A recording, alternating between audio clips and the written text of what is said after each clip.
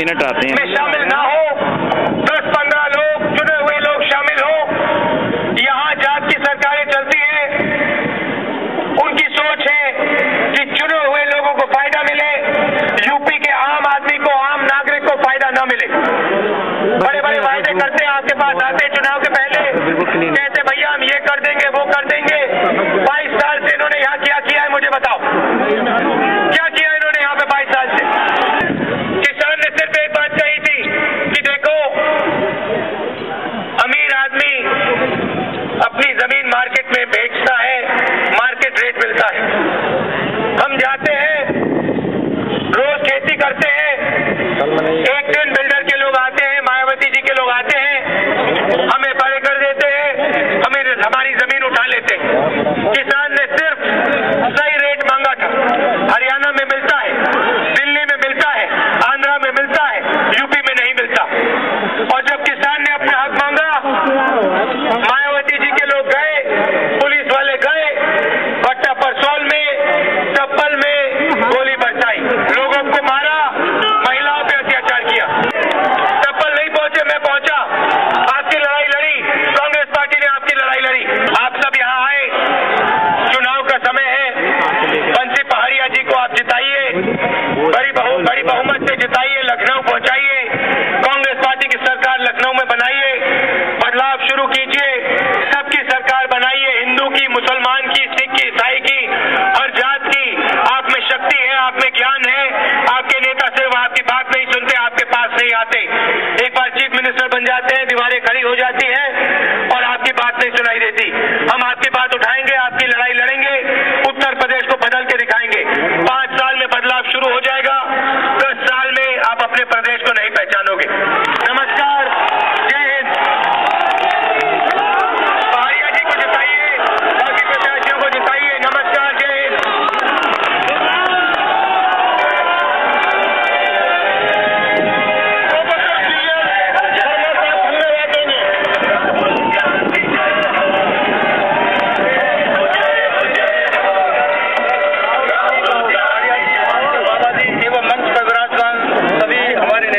अरे यार खिलाओ मत ओ भैया, ओ पहलवान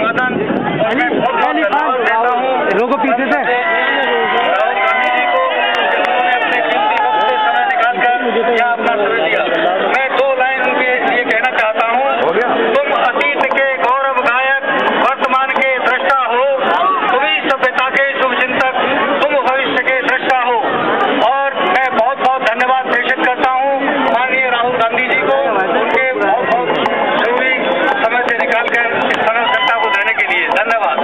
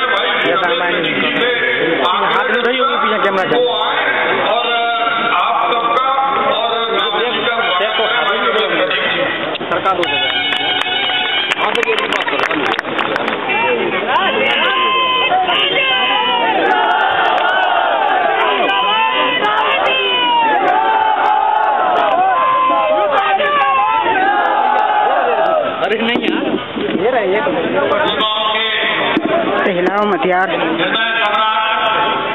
आदरणीय राहुल जी के चरणों में नमन करते हुए बहन साधना भारती जी, आदरणीय सांसद प्रदीप आनंद जी, सम्मानित मंच, भारत के पालन पोषणहार किसान भाइयों के चरणों में नमन करते हुए, माता बहनों के चरणों में नमन करते हुए मैं आपके वोट की भीख मांगता हूं कि आप अपना वोट 23 तारीख को आने वाले समय कांग्रेस के प्रत्याशी होने के नाते, माननीय राहुल गांधी के हाथ मजबूत करने के नाते मैं आपसे वोट की भीख मांगता हूं। और अगर आपने ये वोट दिया तो माननीय राहुल जी, इस विधानसभा क्षेत्र के लिए हम इतना आपको भरोसा दिलाते हैं कि इतना विकास होगा कि शायद आपने 50 साल में नहीं सोचा होगा।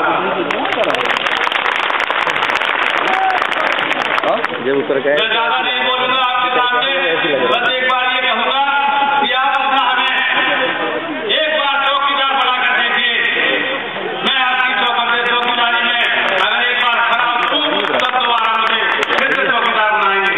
मैं आपसे अनुरोध करता हूं, ये सीट, ये विधायक अगर आप बनाते हैं तो मान लीजिए कि जितने भी क्षेत्र की जनता है वो सारे लोग अपने आप में विधायक कहलाएंगे। मैं आपसे अनुरोध करूंगा कि आने वाले 23 तारीख को हाथ के पंजा पर बटन दबा करके आप भारी बहुमत से विजय बनाएं और माननीय राहुल गांधी जी के हाथों को मजबूत करें। निश्चित है उत्तर प्रदेश में कांग्रेस की सरकार बनेगी और ये जो नोटंकी चल रही है आपने देखा होगा, भाजपा बसपा सपा जातिवादी में जो जहर खुला है, आप जानते हैं कि मेरा मात्र 100 वोट है, लेकिन आप लोगों का जो उससे प्यार है थोड़ी सी उसको देख करके ये लगता है कि मेरे साथ लगभग 1.5 से 2 लाख वोटर हमारे साथ हैं। मैं आपसे अनुरोध करूंगा कि आने वाले समय में लाखों की सीट, ये उत्तर प्रदेश की सबसे पिछड़ी हुई सीट है, लाखों में जिताइए। मैं विश्वास दिलाता हूँ राहुल जी विकास की तरफ एकदम दरवाजे खोल देंगे। जय हिंद, जय भारत, जय कांग्रेस। बहुत सुंदर। कांग्रेस पार्टी सोनिया गांधी, राहुल गांधी। अब हम युवा हृदय सम्राट और पूरे प्रदेश को विकास से जोड़ने के लिए संकल्पित युवा हृदय सम्राट राहुल जी को आमंत्रित करेंगे कि वो आपको सीधे संबोधित करें।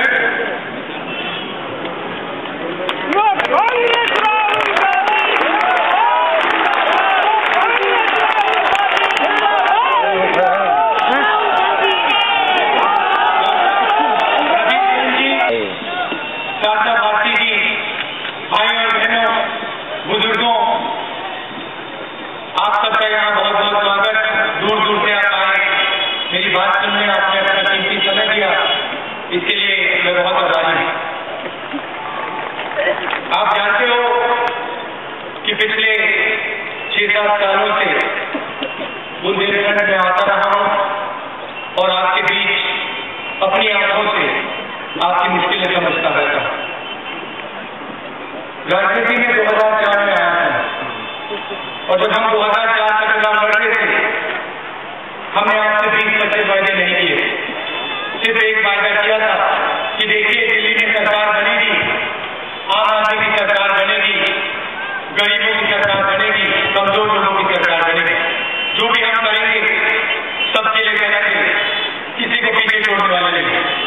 विपक्ष में एनडीए के लोग खड़े थे, एनडीए के लोगों ने इंडिया शाइनिंग का नारा है, किसी को याद नहीं था? इसका मतलब क्या है? इंडिया चमक रहा है। हाँ, क्या मतलब? इंडिया चमक रहा है। इंडिया चमक रहा है। तो इन्होंने आपसे कहा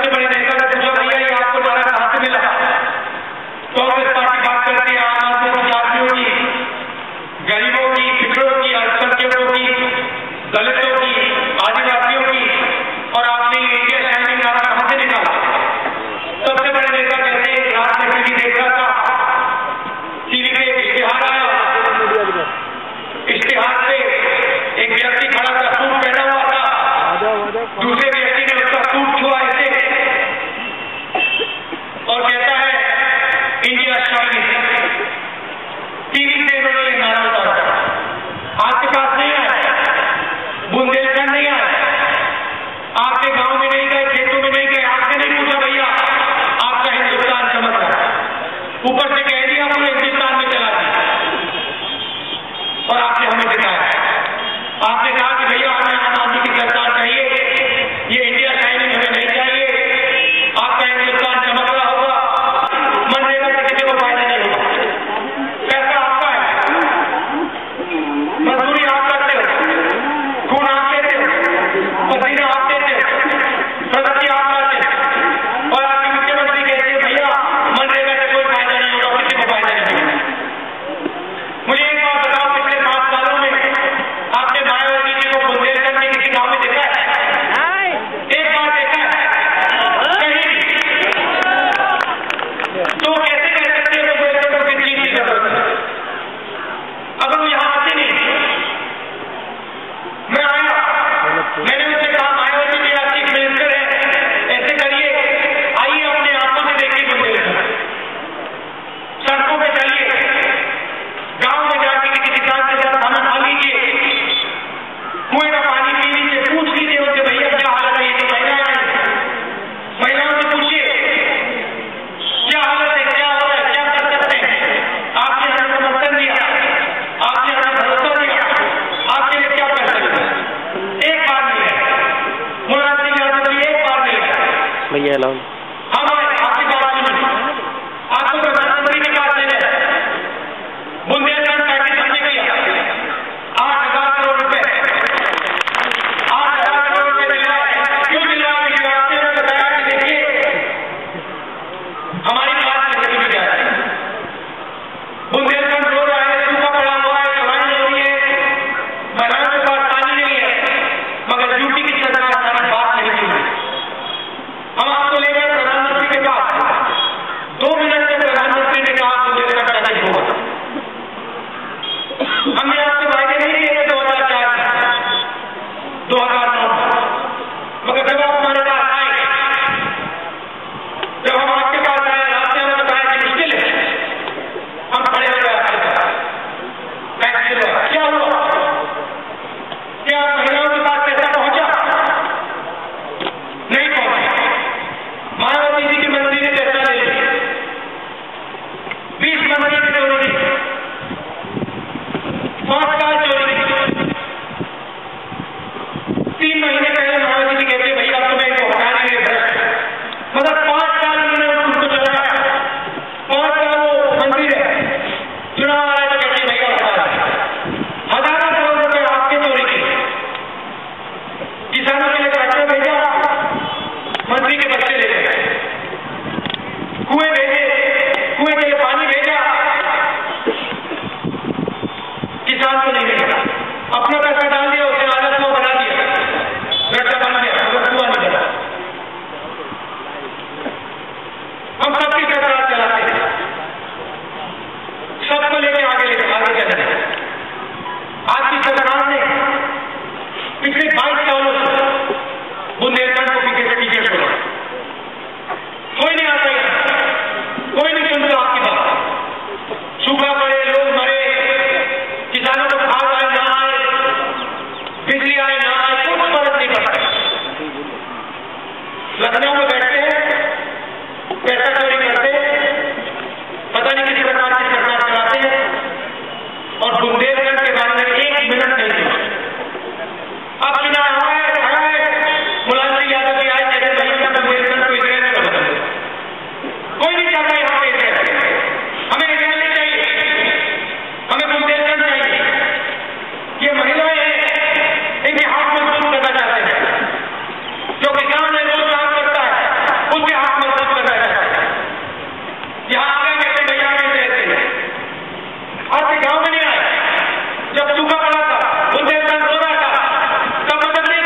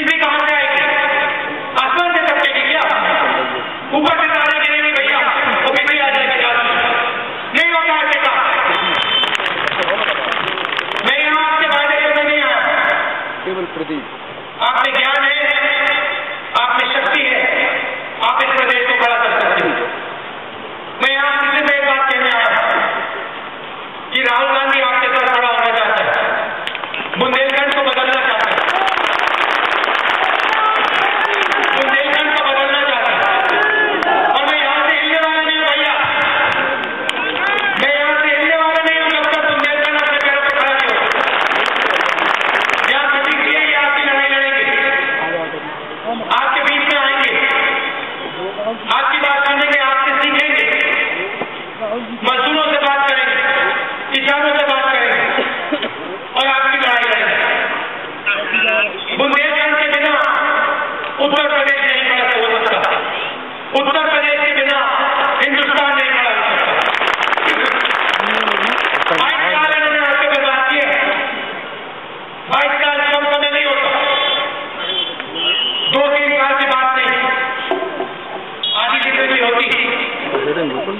आपको स्कूल नहीं दी, बिजली नहीं दी, पानी नहीं दिया।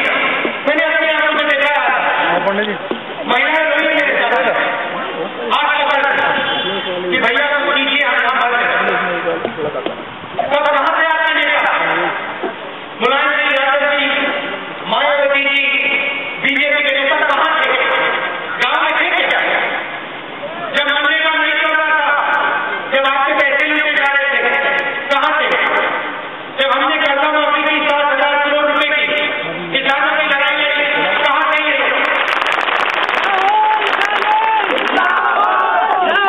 जब महिलाओं को आरक्षण दिलाया, पार्लियामेंट में इनकी लड़ाई लड़ी, कहां थे आपके नागरिक?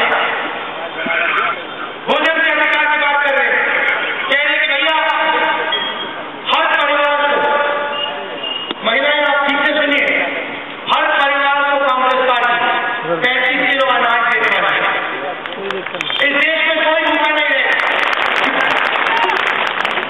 कोई भूखा नहीं रहेगा। और जब हम ये काम करते हैं, मायावती जी, मुलायम सिंह यादव जी कहते हैं भैया नाटक हो रहा है, कांग्रेस पार्टी नाटक हो रहा है, हजारों करोड़ रुपए का नाटक हो रहा है, 35 किलो अनाज हम नहीं दे रहे, नाटक है। मगर जब मुलायम सिंह यादव जी के मंत्री आपका अनाज चोरी करते थे, तब वो नाटक नहीं थे, तब वो कुछ और। हम यहाँ बदलाव लाने आए और अंत में आपसे एक बात कहना चाहता हूं। पिछले 22 सालों से यहाँ पे कभी किसी एक जात की पार्टी आती है, कभी किसी दूसरी जात की पार्टी। 90% उत्तर प्रदेश की आबादी की आवाज नहीं सुनी जाती।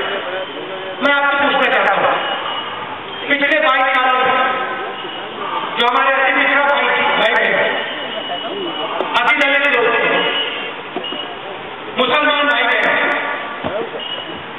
गरीब जनरल कास्ट के लोग थे, उनकी बात किसने सुना?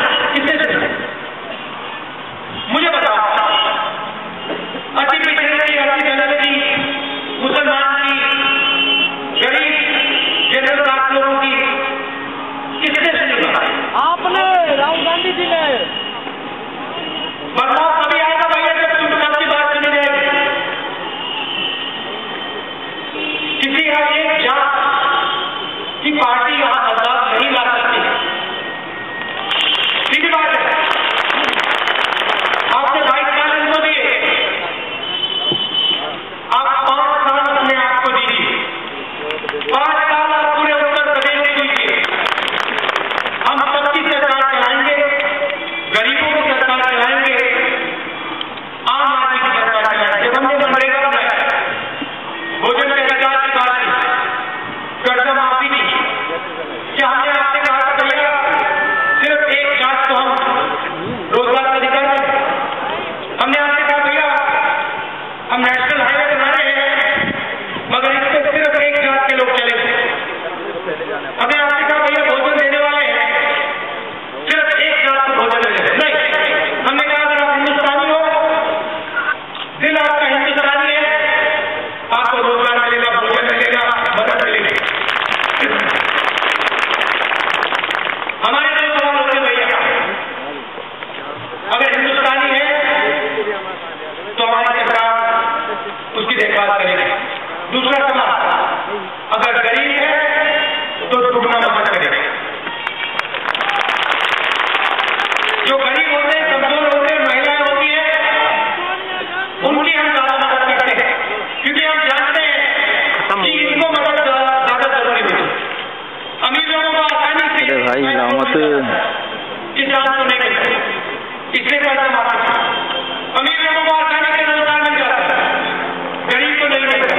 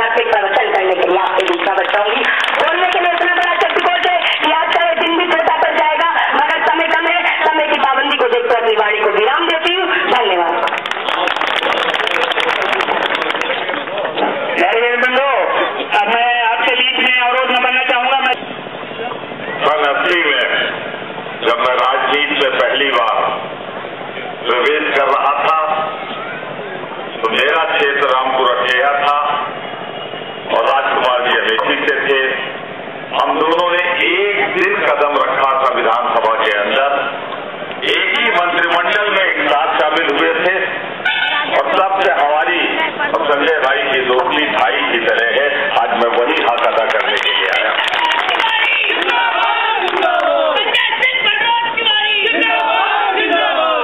जसवंत सिंह जी ब्लॉक प्रमुख कोड़वार,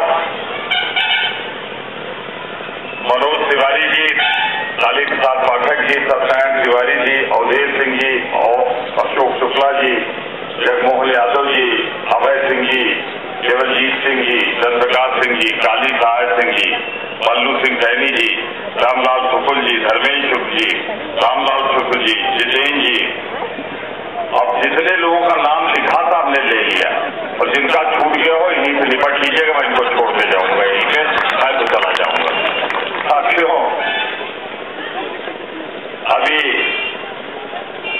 साधना जी बोल रही थी, मैंने बहुत सुना है और मैंने ही कहा है कि ये जाकर कांग्रेस का प्रचार करें। हमारी स्टार प्रचारक है, मैं इनको शुभकामना देता हूं कि इन्हीं के हाथों से, क्योंकि देख लीजिए जो महिलाओं का अपमान करेगा उसका नाश भी महिला के हाथ ही होगा, चाहे सोनिया गांधी हो चाहे साधना भारती। मैं आपसे बहुत ही विनम्रता पूर्वक एक बात कहना चाहता हूं, हाथ जोड़कर एक बात करना चाहता हूं। मैं कोई नेता के रूप में नहीं आया हूं यहां। सुल्तानपुर और प्रतापगढ़ दोनों जुड़े, हमारी आपकी रिश्तेदारियां भी होगा, कोई ऐसा गांव नहीं होगा जहां हमारी नहीं होगी और या फिर आपकी नहीं होगी। तो मैं एक रिश्तेदार के रूप में सुल्तानपुर आया हूं, बस इतना कहना चाहता हूं।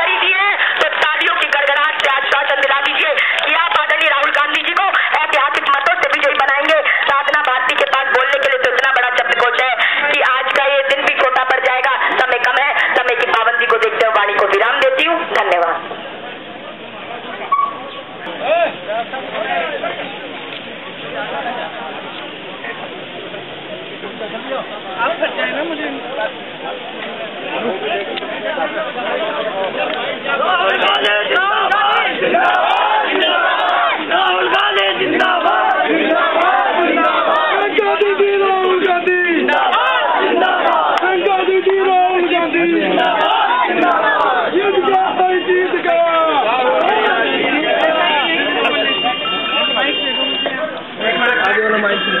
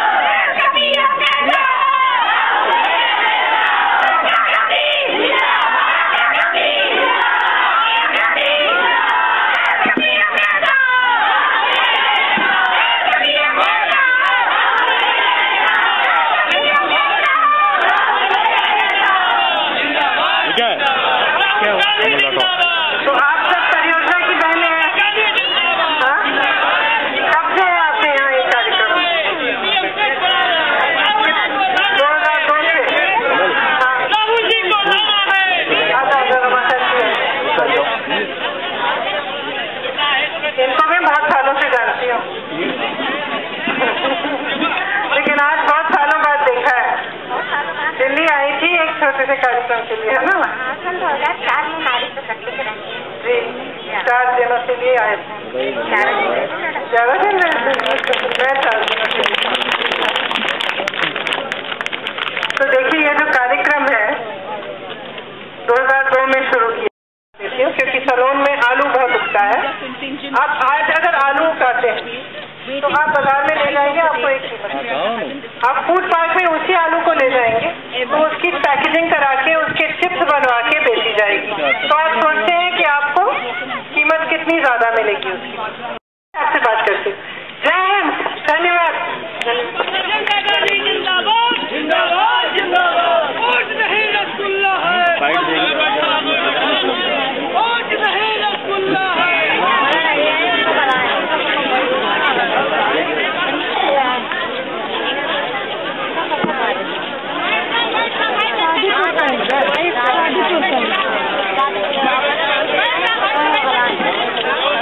नहीं बताइए, हम आप खुद बात करेंगे।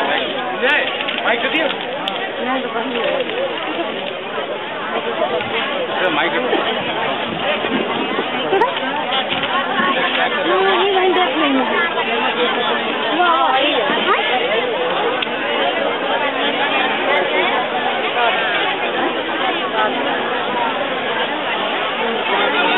तो जाती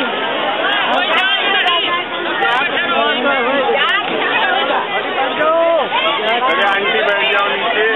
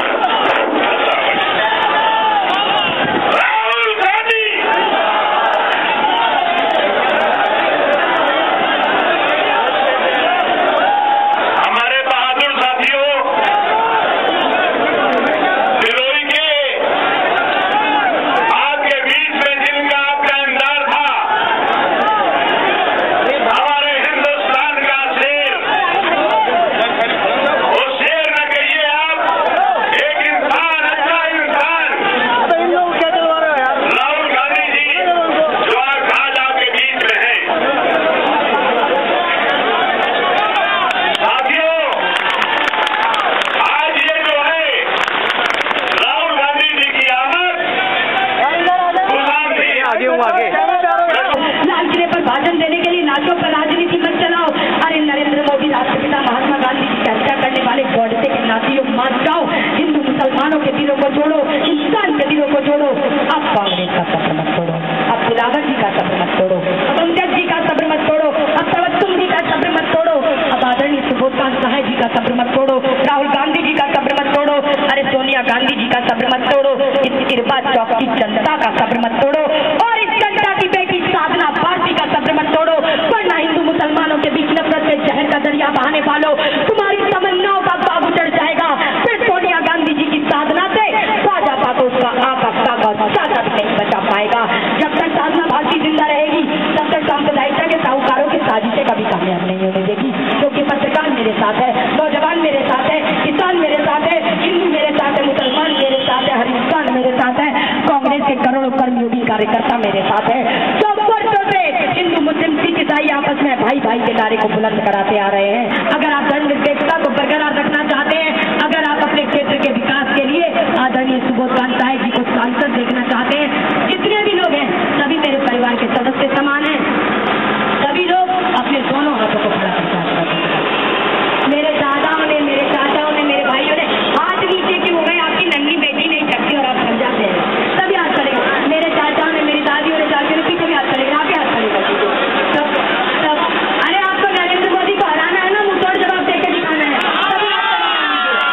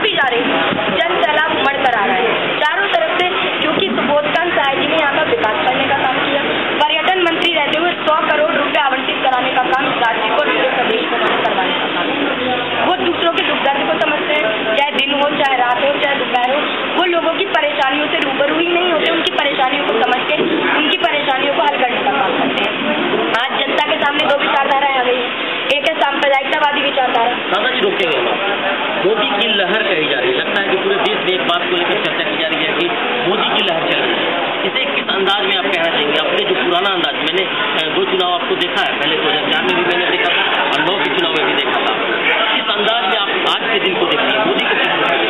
देखिए, मैं यही कहना चाहती हूँ कि 2004 के लोकसभा चुनावों में भी सर्वे और पोल भाजपा और एनडीए की हवा चला रहे थे। एनडीए का इंडिया चैलेंज चमका रहे थे, फील गुड जता रहे थे। तब मैंने कहा था ये फील गुड नहीं, फील गुड हो रहा है। और उस समय केंद्र में कांग्रेस की सरकार बनी। 2009 में भी सर्वे और पोल भाजपा और एनडीए की जीत दिखा रहे थे। एनडीए के पीएम इन वेटिंग अडवाणी को देश का भावी प्रधानमंत्री बता रहे थे, मगर उस समय भी देश की जनता ने कांग्रेस का साथ दिखाया और यूपीए का शासन सत्ता में आया। कुछ दिन पहले आप ही मीडिया वालों ने सर्वे और पोल की दुकानदारी का तक सबके चैनलों पर दिखाया और एक लोकतंत्र के चौथे स्तंभ होने का कर्तव्य निभाया, मगर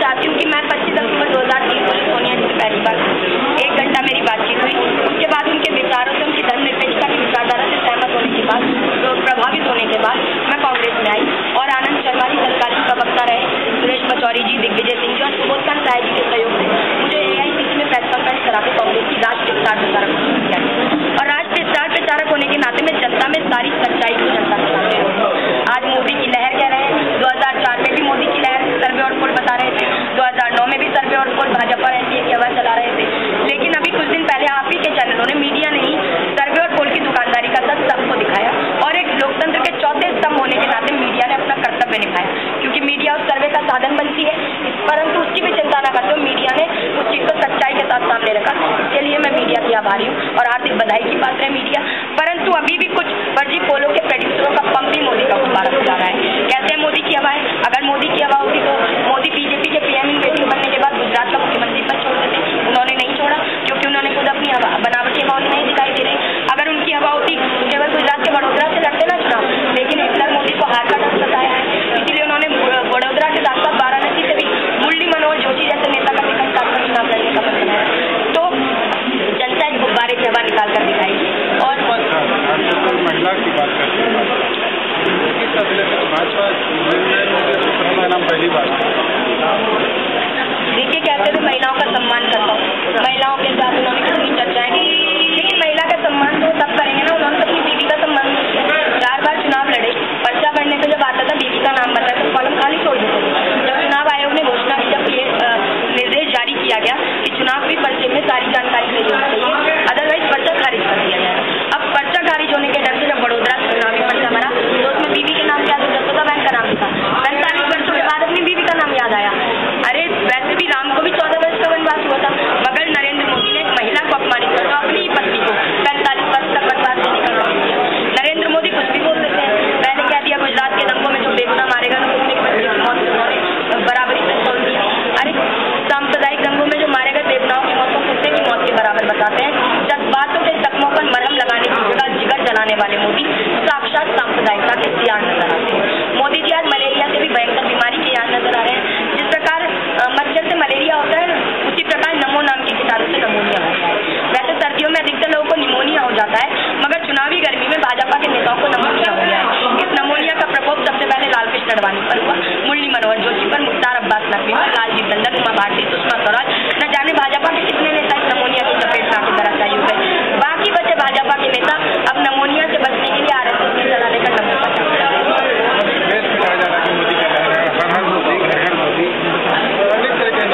देखिए, पहले इन्होंने राम को अपमानित किया, अब इन्होंने हर हर महादेव की जगह हर मोदी के नारे लगाकर महादेव को अपमानित किया। अभी माता के मंत्रों में माता का नाम हटाकर अपना नाम लगाकर माता के मंत्रों का अनर्थ कराने का काम किया, महिला को अपमानित करने का काम किया, अपने यहाँ का अडवाणी जी को खून के आंसू रुलाने का काम किया। कि वही अडवाणी जी थे जब गुजरात के मुख्यमंत्री पद से अटल जी ने कहा था इन्होंने राजधर्म का पालन नहीं किया, न्याय जाना चाहिए। उस समय अडवाणी जी ने, जो उस समय उप प्रधानमंत्री गृहमंत्री थे, इन्हें हटने नहीं दिया और उन्होंने अडवाणी जी ने उस समय प्रधानमंत्री की भावनाओं का अपमान किया था, मगर उन्हीं यहाँ का अडवाणी जी को आज मोदी जी ने खून के आंसू रुलाने का काम किया।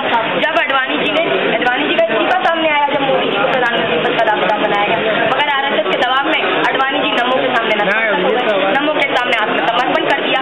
मगर आरएसएस के अंततः तो आरएसएस ने अडवाणी जी को दीनहीन लाचार बनाया। मैं यही कहती हूँ, बीजेपी की देखो नजदीक और प्यादे से फिट गया। जाहिर सी बात है, बीजेपी की देखो नजदीक प्यादे से फिट गया बची। ये थी स्टार प्रचारक साधना, जिनका कहना था कि नमो की लहर देश में नहीं है और यूपी सरकार बनाएगी। अगर आप धर्मनिरपेक्षता को बरकरार रखना चाहते हैं, अगर आप अपने क्षेत्र का विकास चाहते हैं, अगर आप क्षेत्र का विकास चाहते हैं, अगर आप नरेंद्र मोदी को मुंहतोड़ जवाब देना चाहते हैं, नरेंद्र मोदी को हराना चाहते हैं और आप अगर आदरणीय सुबोध कांत राय जी को सांसद देखना चाहते हैं, तो जितने भी लोग हैं सभी मेरे परिवार के सदस्य समान है, सभी पूरे जोश के साथ अपने दोनों हाथों को खड़ा करके आश्वासन दिला दीजिए। सभी ने हाथ खड़े कर दिए, मेरी चाचियों ने, मेरी दादियों ने, मेरी बहनों ने, सभी ने, मेरे चाचाओं ने, मेरे दादाओं ने, रोड पे लोग खड़े हुए हैं, आप भी हाथ खड़े कर दीजिए, आवाज तो आप तक भी पहुंच रही है। सभी लोग हाथ खड़े करते, पीछे भी जो लोग मुझे दिखाई दे रहे हैं, उस पेड़ की तरफ, उस साइकिलों की तरफ अभी लोग रह गए, हाथ क्यों नीचे हो गए?